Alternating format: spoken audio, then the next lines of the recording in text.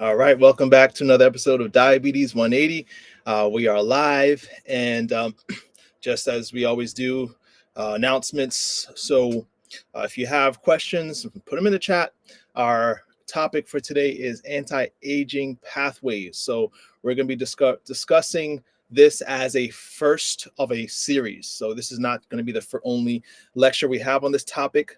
So, if you have any questions about aging, um, I'm gonna do my best to answer them, and what I can't will actually help if you guys have questions, because I'm hoping that we can take your questions and then make more videos, more presentations on any specific questions you have regarding aging. So um, today we're gonna actually speak on AMPK. It's a common aging pathway that is probably the first of a discussion on what we can do to stop our aging, right? Or I should say slower aging. We're all going to age regardless. But how many of you guys want to age slower, right? How many of you would like to know if there's a way that we can prolong our healthy years of living?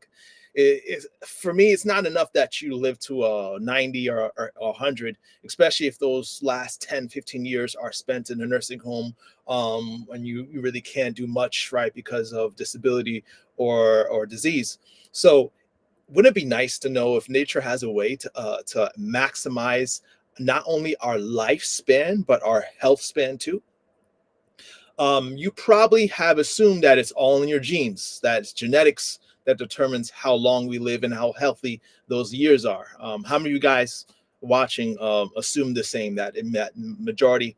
Well, let me ask this. So what percentage do you think of how long and how well you live has to do with your genes? If you're going to break it down to percentage, because there are studies that have indicated what percentage of our life and health span has to do with genes and genes alone, genetics. So let me know, guys, if you're not too shy, in the chat. What do you think percentage? Give me a percentage. Do you think it's 60%, 70% of your genes determines how long you live? Is it 80%, 90%? What percentage do you think determines how long you live? That's a question I have for you. I'm gonna give you the answer, of course, but there are studies that show that it's actually a lot less than you think. You would assume that it's a lot, in especially because when you think of longevity, usually runs in families. So families where you have people living long, or even populations where people are living longer, you assume, well, it's in their genetics. All right. So I don't have any answers in the chat, so I'm guessing you guys are being shy today. That's okay. But the actual studies that show how long we live, and as far as the genetic factors on longevity research, it's only 15 to 30% maximum genetic influence on how long and how healthy you live. So think about that. If only 15 to 30% max is determined by your genes, how long you live, that means there's a whole lot. That means, like, 85 to up to 85% of what we do with our lifestyle determines how long you live and how healthy you live, right? So think about that. Let that settle in for a moment, right? Up to 85% of your day-to-day living, right, and the choices you're making day to day will determine how long and how healthy you live. So in this first part of our series, we're going to talk about one pathway, and in our future shows, our future episodes, we're going to talk about other pathways.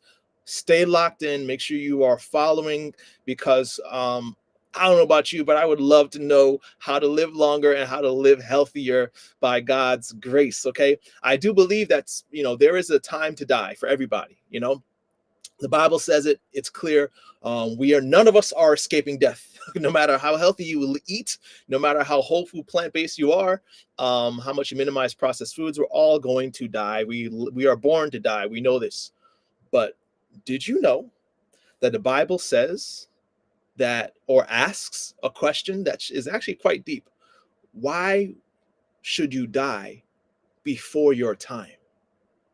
Why should you die before your time? The Bible says. In other words, if God says, as Scripture reads that we can actually die before our time, that means that you can actually hasten the end of your life. You could actually die before the time that God would have desired you to die or planned for you to die. You can cut your life short, which makes sense because God has given us autonomy. He's given us free will to do with what we want, do what we want with our lives, right? And so, yes, there is a predetermined or there's a time where God may call you home, but you can die before that time. So think about that. Natalie Young, thanks for greeting us. Hello. Anyone else who wants to greet us in the chat, definitely do that. Let us know who you are, where you're watching from, especially if you're watching for the first time. But let's get to it. Anti-aging pathways. What are the pathways to living longer, to living well, living healthy? This is the first of a multi-part series. Okay, the first of our multi-part series, we're going to be talking about AMPK. AMPK. Anyone heard of it? Has anyone heard of this enzyme? AMPK. AMPK is an enzyme that is very, very important when it comes to the role of aging well. The best way I could describe, AMPK and its benefits is think of a battery. So, or I should say this. So Aristotle actually writes that when on the topic of aging, that aging is caused by a loss of heat. Now, I mean, of course, that sounds like it makes sense. As you get older, you do tend to get colder easily. But it's very interesting, along those same lines that researchers on the topic of aging, there's a proposed theory that of mitochondrial theory of aging, meaning as mitochondria ages, so do we. Okay. How many of you guys remember what mitochondria is? Right? Everyone pay attention in high school biology. Mitochondria is the powerhouse of every cell. It's like the battery of every cell. Think of mitochondria of what the powerhouse of everything that goes on in your body, whether it be breathing, whether it be sleeping, or when you're waking, eating, exercising, working. Everything we do, every every function in your body is powered by the mitochondria. Another good example is the cell phone, right? Even if this is the latest, greatest, just bought this cell phone, right? What happens if the battery is dead? The battery is dead. There's no life to the phone, right? The device is basically gone. It's useless, right? So think of mitochondria as the batteries of every cell. So the theory of mitochondrial aging is basically that as our mitochondria ages or our batteries age, so do we. This theory does hold some water to it because, and then I don't know if you guys realize this, but there's a lot of studies on aging. It's very popular in research today to study if there's a way to extend the lifespan of humanity. So one interesting study is where they took the cells of rats, right? I should say the mitochondria of rats, and they introduced them to human skin cells in a petri dish to see what would happen. When they took the mitochondria from a young rat and introduced it to a human cell, nothing happened to the human cell. However, when they took old rats' mitochondria, and I mentioned this in a previous episode, but when they take old rats' mitochondria and they put them inside human cells, the skin cells started to deteriorate and die within days. They showed signs of deterioration and aging. Just think of, and this is to give you some context. There are about 300 mitochondria in human cell, and all they did was add 10 to 15 old mitochondria, 10 to 15 old little batteries inside this human cell, and it started to show signs of deterioration and aging within days. So there is something to keeping our mitochondria functioning well and healthy. In future episodes, we're going to talk more about mitochondria. We've talked about mitochondria in the past, but it is very important to have healthy mitochondria and to learn what to do to promote the health of this very important organelle that exists in all of our cells, with the exception of red blood cells. All right, so AMPK. AMPK is known as the master switch, the fuel gauge for energy, and it's so important to know how to activate this enzyme. If I were to, let me use this as an example. So AMPK, what is AMPK? To understand AMPK, you have to understand how our body processes energy. So AMPK, known as AMPK, is basically a trigger for conserving energy. And how it determines when to flip the switch is how much ATP versus AMP is active inside the body cells, right? ATP, you guys remember ATP, hopefully, from, again, going back to high school. If you guys paid attention in biology, you know what ATP is. ATP is the energy, what keeps us alive, essentially, okay? ATP is energy currency inside our mitochondria. What our mitochondria is producing is ATP. Let's say this is ATP, a battery, right? ATP is that energy that provides the ability to do everything your body needs to do. Whenever ATP is used up, right, it loses a phosphate, right? Adenosine triphosphate, that's what ATP stands for. It becomes AMP. So ATP becomes AMP, or an empty battery. Okay.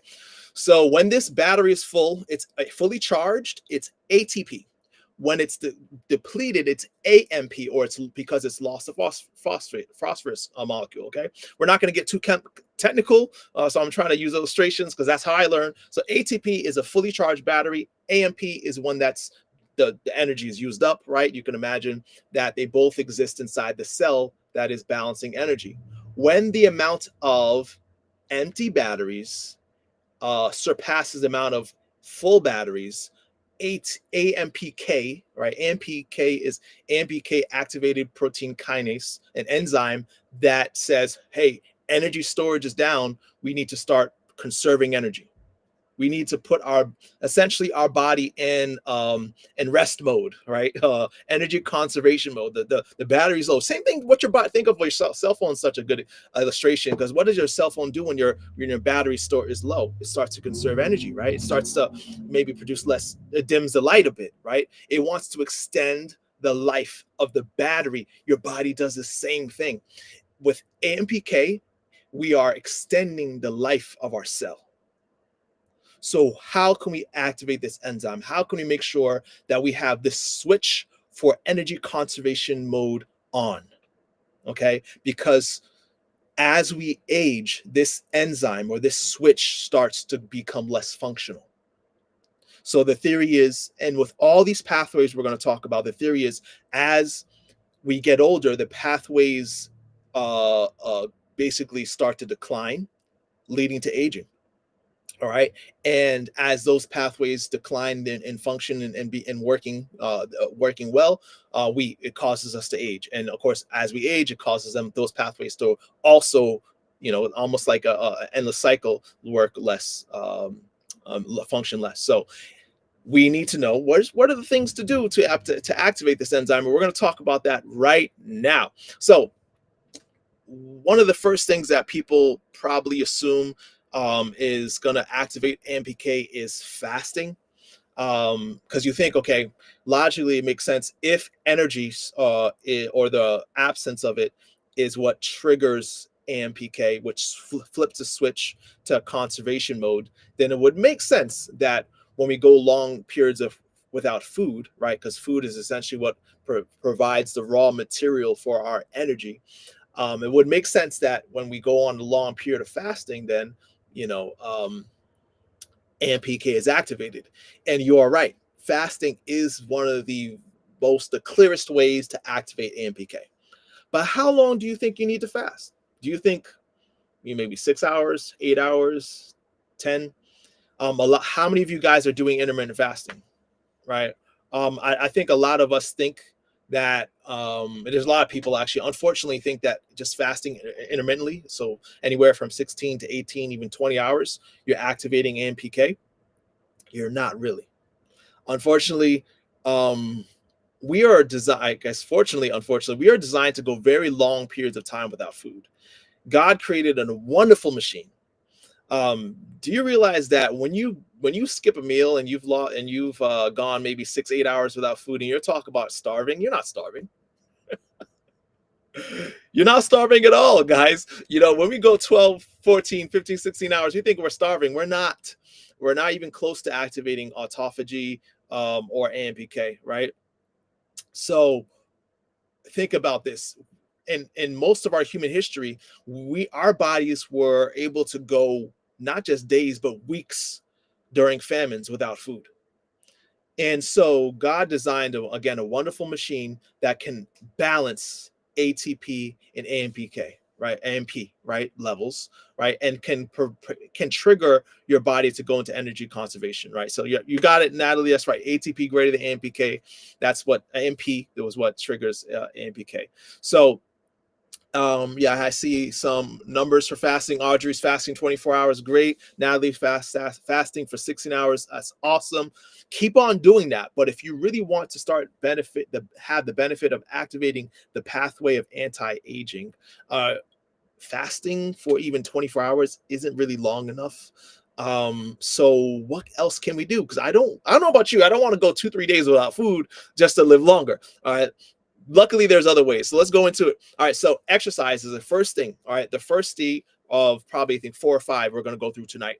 All right. So pay attention. We're going to go into the practical side of our lecture. What can we do to activate this awesome pathway to slow down aging? First is exercise, right? I should have asked that as a question. Would you guys have guessed that? I mean, it kind of makes sense if I don't want to go long periods of time without energy, then exercise would be a good fasting mimetic, right? Something that mimics fasting. Because what happens when we exercise to our energy levels, right? Our energy levels go down because we're running or we're cycling, whatever it is you like to do. So as we exercise, right? Going back to the battery, right? So the charged battery levels start to go down, right? So we go from high levels of ATP to high levels of AMP, right? Empty batteries. So the switch now goes on, right, to conserving energy. So exercise is key.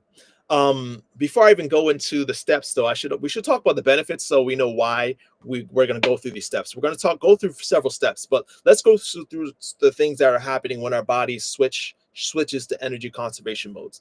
So the first thing, and one of the most important things to understand, that what's happening is our body is now becoming super sensitive to glucose. This is where it becomes very relevant to diabetics. So those who have diabetes definitely pay attention to this, why we need to activate this enzyme. When we're going to energy conservation mode, AMPK, this enzyme is activated. Our body's saying this, okay, we need to be very good at conserving energy. So we start to burn fat, right? Our body starts to basically take fat and shovel it into the furnace of mitochondria, okay? And then it starts to say, okay, glucose, we need to be more receptive to it.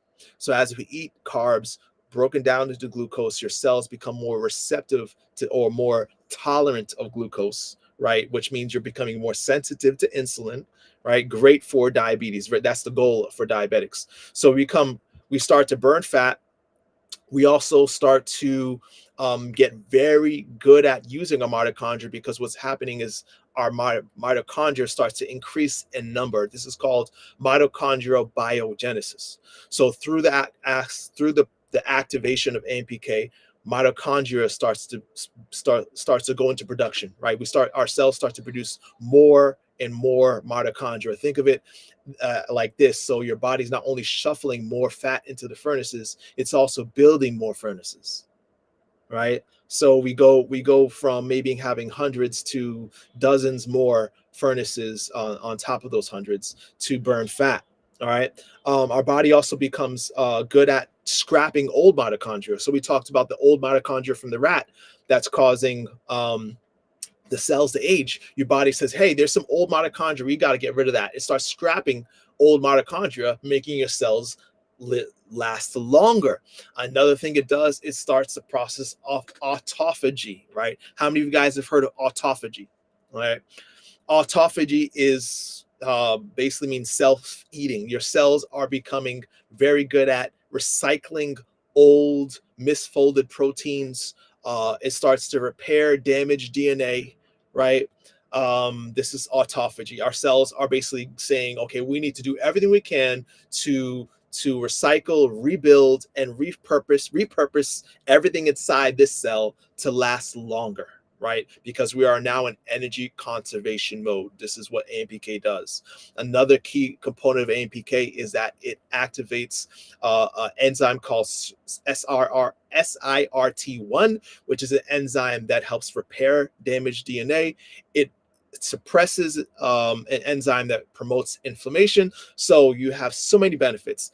Repair to your DNA, a anti-inflammatory response, increase in mitochondria, insulin sensitivity, glucose tolerance, right? Fat burning. So if you want to live longer, you want to know what you need to do to activate AMPK. So let's go ahead and go through the steps now. So exercise is key. In just 20 minutes of cycling, this study actually took biopsies after just 20 minutes of cycling to see what would happen to AMPK levels, and levels of this enzyme near tripled in just 20 minutes of cycling. So, and this just makes sense because this is very true of our mitochondria. If you don't use it, you will lose it. Okay. Think of how when we get older, we kind of become sedentary. When we get off work, what do you want to do when you get off work? You do not want to go work out. You do not want to exercise. I get it. You want to lay up on the couch, grab some food or your favorite snack. And what's happening is your mitochondria is saying, well, if you don't need the energy, well, I guess I'm not needed either. So mitochondria becomes less functional and even dysfunctional. And this what leads to aging, right? We age and our mitochondria age. If we don't use it, you lose it. But exercising is putting those mitochondria to work, saying, okay, no, we need you, keep working. And so the body's gonna welcome this. It's going to reward this activity by making more mitochondria, right? So our cells age slower. Okay. I'm hoping I'm making sense so far. There's no questions, so hopefully everybody gets where I'm going, and I'm not losing anybody. But remember, this is live for a reason. I really could have just done a recording and just posted it online. But remember, these lives are for interaction for those who have questions. All right, so I could address what I can. All right, so another interesting thing that can activate AMPK is metformin. I had to include this in the list because it is true. Anyone on metformin? Let me know in the chat if you're on metformin. But metformin actually has been proven to be very potent stimulator of AMPK. All right, so that's at least a positive for those of you who are taking metformin. However, the science on whether or not it can promote longevity or cause you to live longer is shaky. All right. There is actually a study that's out right now. Hasn't really got off the ground yet because people haven't figured out how to make money off of it. But targeting aging with metformin is what it's called, TAME, targeting aging with metformin. And they're going to try to see in this study, I think, the format is 3,000 individuals between 65 and 80 are going to be non-diabetic individuals are going to be taking metformin to see what happens over time, okay, over a 6-year period. However, studies are iffy of whether or not it's going to be effective for reasons we're not going to get too much into. All right. Yeah, that's right, Natalie. Get some exercise in. We don't need to be on the couch when we get home. Go for a walk, jog, run, whatever. But we need to start moving if we want to activate our AMPK. So exercise is one. Metformin is one. Back to metformin though, if you're not diabetic, the benefits are questionable. So if you are diabetic and you have prescription, absolutely, lifestyle is better. Okay, changing lifestyle is better, but it is, I guess, a plus on the side of metformin. But again, I'm a lifestyle first guy. Metformin does have adverse effects. So first we want to do is change our lifestyle, right? Not relying on medications. But next thing we need to note is what can dampen AMPK, and that is saturated fat, specifically palmitic acid, which is a type of saturated fat mostly found in meat and dairy. Okay, so meat does include chicken. All right, so if we're including meat or dairy products in our diet, we are dampening AMPK. Okay, so exercise regularly and decrease or eliminate meat. That's the first two things everyone can do right off the bat to improve their chances of living longer, which makes sense because population studies show those who are living longest have very minimal intake of animal foods. All right. Another thing that we can do, and let me just see where I'm at here.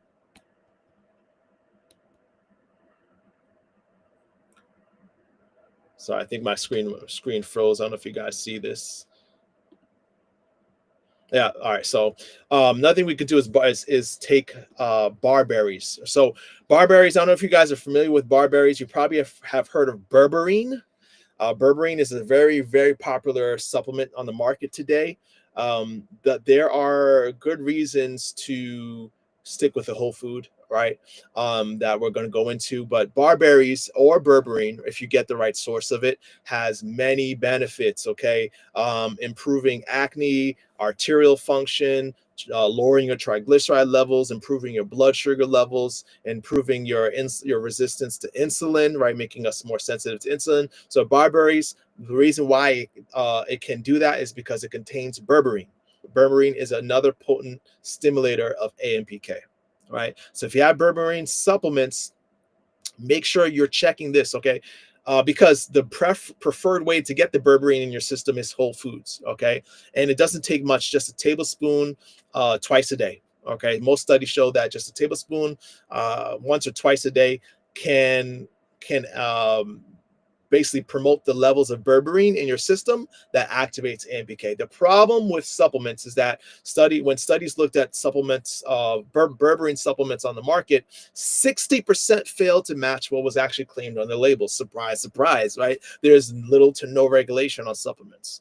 So when we're taking supplements, that's one problem. 60% fail to actually have what's on the labels. So if you are taking the supplement, you want to make sure that, number one, it's third-party tested, right? That an independent organization actually verified the contents of the supplement. So looking for that is important. And number two, make sure you're getting high enough dose. So if you want to get the dose that's being been proven to be effective in studies, you want to have a daily dose of anywhere from 1,000 to 1,500 milligrams a day. So that's 500 to 750 milligrams twice a day. So if you have a 500 milligram dose, great. Unfortunately, some of these berberine supplements have not even half that in them, right? They're not effective because you're not getting a high enough dose. So if you want an effective dose, I'd say go for a supplement that is third-party tested and has a minimum of 500 milligrams per capsule or tablet, okay? So those are the tips for berberine to get the AMPK activation, all right? So that's what another thing. Next up is I'm actually seeing what's happening. Some of my slides actually are blocking out the top. The next up is black cumin. Black cumin is actually something that has been proven to also stimulate AMPK. You can get it in Middle Eastern grocery stores. How many of you guys have heard of black cumin? I don't know if anyone's heard of black cumin or used it before, but you can get it pretty cheap. Okay, has many benefits because it activates AMPK, lowers inflammation. Markers of inflammation like C-reactive protein have been measured after the intake of black cumin. So any inflammatory condition like asthma, rheumatoid arthritis, Hashimoto's thyroiditis, these have been very effective. And just doesn't take much, just a quarter teaspoon. That's like a pinch of black cumin, right? So black cumin can help you with losing weight, cholesterol levels, triglyceride levels, blood pressure issues, blood sugar control. You'll see the benefits for a lot of these AMPK activators are actually very similar. They're all the same, okay? Audrey is asking which one is tested. I think you're referring to berberine. So I don't actually purchase berberine supplements, so I haven't actually went on the market to see which ones are third-party tested. But it should be easy to do the research on that. If you'd like to, I can look that up though. All right, but it's a good question. All right, something you want to look up is third-party organizations that test supplements and see if your supplement brand is listed. Okay, that's why Google exists today. So go ahead and do your research, make sure it's third-party tested. Hibiscus tea is the next one. Hibiscus tea, and don't worry, I'm gonna summarize these at the end. I know this is maybe it seems like it's a long list. It's not that long actually. I should also say this too. There are actually hundreds of plants that can stimulate AMPK. The problem is a lot of them are toxic. There's one plant you probably know of. It's nicotine. Nicotine actually stimulates NPK. That's why smokers lose weight, right? And then when they stop smoking, you gain weight. But these are going to be the ones that I'm recommending because they're not toxic. They're safe, and yeah, you don't have to die of smoker's lung, right? So hibiscus tea is one of my favorite things to promote because it actually lowers blood pressure equal to an antihypertensive drug, right? But because it activates AMPK, it can lead to blood sugar improvements, lowering your LDL cholesterol and your artery function, of course, decreasing the number one cause of death, heart disease. Hibiscus tea should be on your list. Next is vinegar. All right. I believe we have just one more ingredient after this. We're almost done. So thank you for your patience. Vinegar is actually another potent activator of AMPK. That's because your body has to take more energy to break down the key component of vinegar, which is acetic acid. So as your body tries to metabolize acetic acid, it actually trips the trigger up for the activation of AMPK and putting your body in energy conservation modes. That is why, and it doesn't take much. Just the same dose you would use on, same amount you would use on a salad. Okay, that's why I have a picture of a salad here. So how much dressing would you put on a salad? That's all it takes to get that AMPK activating power. So the benefits: improving visceral and subcutaneous fat, blood sugar levels, cholesterol levels, triglyceride levels, artery function. So you see the similarities and why it promotes longevity and keeps us from aging fast. All right. So if you don't like vinegar straight, you really should never take vinegar straight, right? It wears down your teeth. But in a study, nurses' health study, women who consumed at least 1 tablespoon of oil and vinegar salad dressing for 5 or more days a week had fewer than half the fatal heart attacks compared to women who hardly ever use the dressing. So there you go. Can you live longer? Studies indicate you can, including dressing, or I should say, yeah, vinegar-based dressings in your salads. Okay. If you don't like vinegar-based dressings, that's okay. If you don't like apple cider vinegar, I've tried it. I don't like it. Uh, this is a little hack. We always talk about fiber. Fiber comes up, I think, on every one of our lives. Fiber is our friend. Fiber is a superhero. We don't get enough of it. Did you know that our friendly flora, our friendly gut bacteria, in the presence of fiber, feeds us vinegar? It feeds us acetic acid. So for just 30 grams of fiber, which is very low, it's actually the minimum requirement or recommendation for fiber. For 30 grams of fiber, you get 4 tablespoons worth of vinegar in your colon. All right. Of course, not all that's absorbed, but yes, you could imagine how over time, as we increase our fiber intake, we are activating this anti-aging pathway. Okay. All right. So I am almost right on time. I actually try to always keep these lives short and sweet, just 30 minutes.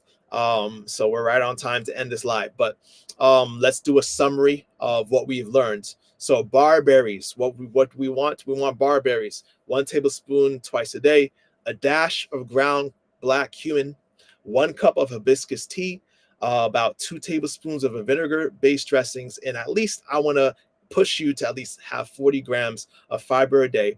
Let me not leave out the importance of exercise. So making sure we're having at least 20 to 30 minutes of vigorous exercise. The more vigorous, the better, to deplete energy stores and flip the switch for this anti-aging compound. All right. So that's all we have for today. It is just the first part. We'll have a lot more to learn. I don't know, like, I mean, how many of you guys want to live longer and healthier? I know I'm not the only one, but if you do plan to attend, if you have questions between now and then, go ahead and post them in the comments. I always check my social media when you have questions on this topic, and I'll try to include it on future lives. All right.